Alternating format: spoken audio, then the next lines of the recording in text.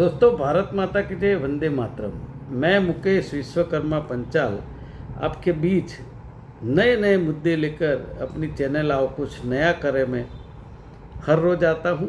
आज भी आया हूँ, लेकिन आज एक ऐसी बात करने जा रहा हूँ जो गुजरात के नहीं देश के मतदारों को सोचने जैसी बात है।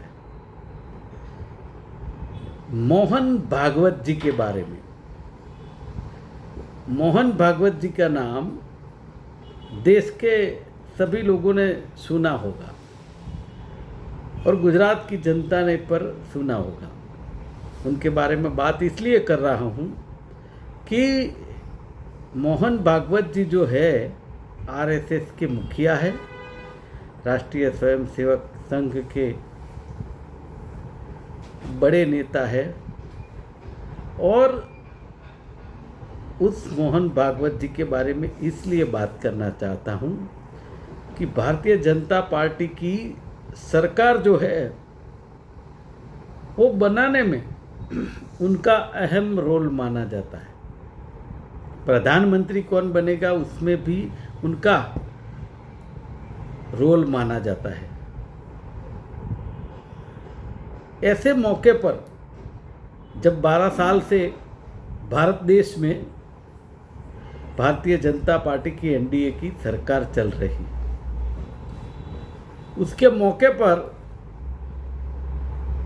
आज तक कभी कभी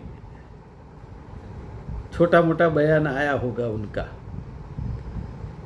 और अब तक सरकार चली। ऐसे में देश की जनता, वैसे तो 80 करोड़ लोगों को मुफ्त में अनाज दे रही है सरकार, ऐसा बता रहे। हालांकि मुफ्त में अनाज देना ये कोई अपने आप में कोई काबिलियत नहीं है। हाँ, अगर रोजगारी देने में है सरकार तो ये काबिलियत में माना जाता है, लेकिन मुफ्त में अनाज देना वो कम होना चाहिए, क्योंकि मुफ्त में अनाज लेने का ना भारत की जनता को पसंद है ना गुजरात की जनता को। महंगाई का दर आप सभी देख रहे हैं, जैसे भागवत जी ने भी देखा होगा, और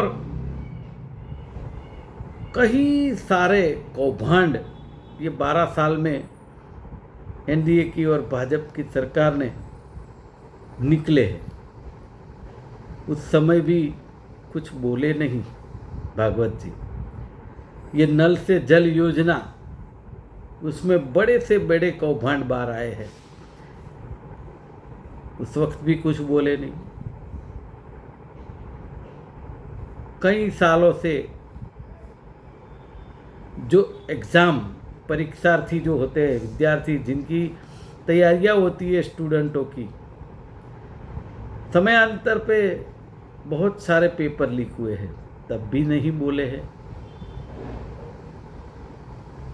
और कई ऐसे मुद्दे हैं जैसे कि गुजरात का टीआरपी कांड हो, बड़ौदा का तक्षशिला हो, सूरत का तक्षशिला कांड है, बड़ौदा का हरणी कांड है, अहमदाबाद का है। कई ऐसे कांड है, उसमें भागवत जी ने कभी निवेदन नहीं दिया है जो पब्लिक को सीधा टच करता है। किसानों का मुद्दा था जिसमें 700 किसान की जानें गई, तब जाके सरकार ने माना कि किसान आंदोलन सही कर रहा है, तब भी कभी नहीं बोले भागवत जी। लेकिन आज मैं ये कहना चाहता हूँ कि भागवत जी का जो स्टेटमेंट आया है वो ऐसा है कि देश के जो जैन जी है, युवान और युवती जो स्टूडेंट है,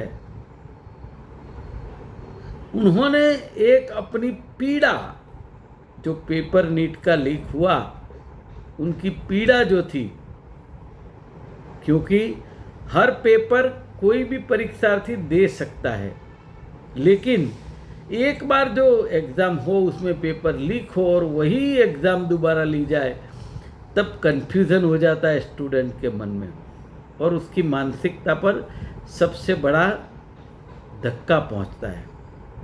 ऐसे में कई स्टूडेंटों ने आत्महत्याएं की है, बहुत दुख की बात है। लेकिन उस वक्त भी मोहन भागवत जी नहीं बोले।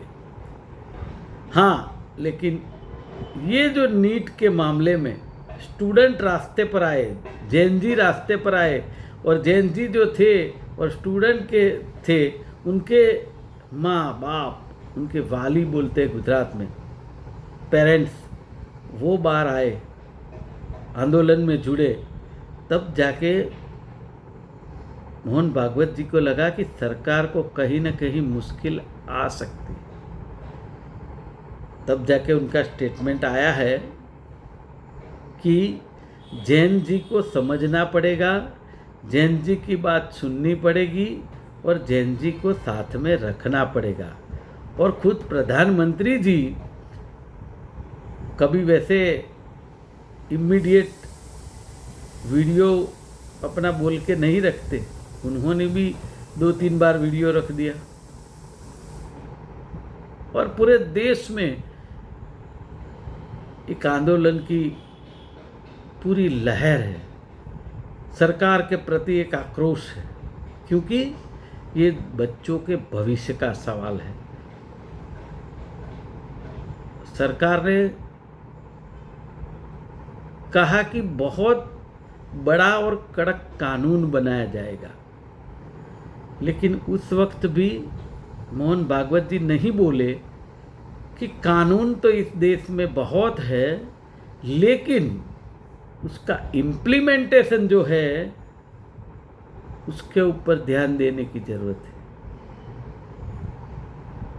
तो मैं समझता हूँ और मोहन भागवत जी से निवेदन करता हूँ, विनती करता हूँ कि देश के जैन जी के भविष्य के बारे में, युवाओं के भविष्य के बारे में, और जो एग्ज़ाम्स ली जाती है, नीट की हो या कोई भी हो, वो जो परीक्षार्थी है उसके भविष्य के बारे में सोचकर आपको सरकार को सलाह देने की ज़रूरत है। जैन जी को साथ में रखना चाहिए, वो तो समझ की बात है, जैन जी का मानना पड़ेगा, वो भी समझ की बात है। लेकिन जैन जी ने जब कहा कि देश का शिक्षण प्रधान, शिक्षा मंत्री वो रेजिग्नेशन दे, इस्तीफा देना पड़ेगा। पूरे 20 से ज़्यादा दिन आंदोलन चला, कई स्टूडेंटों के ऊपर पुलिस का दमन हुआ, अत्याचार हुआ, कई युवान युवतियाँ जो थी उनके ऊपर इस कदर पुलिस ने कहर बरताया कि देख नहीं सकते, जैसे अपने सबने सोशल मीडिया और मीडिया में देखा था। ऐसे वक्त में भी भागवत जी नहीं बोले, लेकिन जब ये शिक्षा मंत्री के रेजिग्नेशन की, इस्तीफे की बात थी, तब उनको पता पड़ा कि अगर ये ज्वालामुखी चल गया तो सरकार को तो ज़रूर तकलीफ पड़ेगी, लेकिन आरएसएस को भी तकलीफ पड़ेगी, क्योंकि आरएसएस के सभी स्वयंसेवक का एक ही काम नहीं है कि चुनाव जिताना। चुनाव जीतने के बाद जो सरकार होती है उसको जनता के प्रति किस तरह काम करना है, उसके ऊपर भी ध्यान देना जरूरी है। और इस बार ध्यान उन्होंने दिया, जमीन सरकती लगी, तब जाके बोला कि जैन जी को और युवाओं को साथ में रहना पड़ेगा।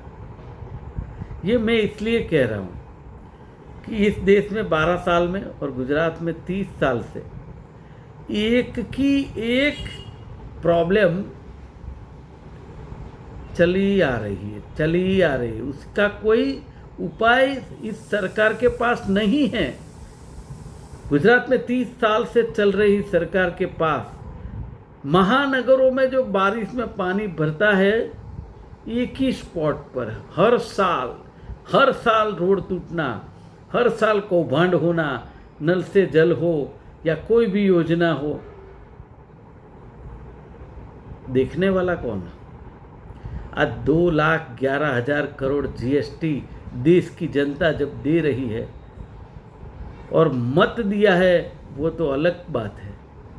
तो ये दोनों चीज देश की जनता ने आपको दी है, तो उसके बारे में गहराई से सोचने की आवश्यकता है और ये सोच के देश का जो सुकान है, जो वहीवट है, जो सत्ता है, उसको संभालने की जरूरत है। कदई ना समझे कि सब साफ सुथरा चल रहा है। बहुत सारी तकलीफें आज देश में है, गुजरात में है। इसलिए आज मुझे कहना पड़ा और भागवत जी से निवेदन करता हूँ, विनती करता हूँ कि ऐसे मौके पर भी आप बाहर आके निवेदन कीजिए कि जब जनता परेशान होती है, मायूस होती है, हैरान होती है, तब भी आपको बाहर आना चाहिए। आज के लिए बस इतना ही। आपका बहुत बहुत धन्यवाद।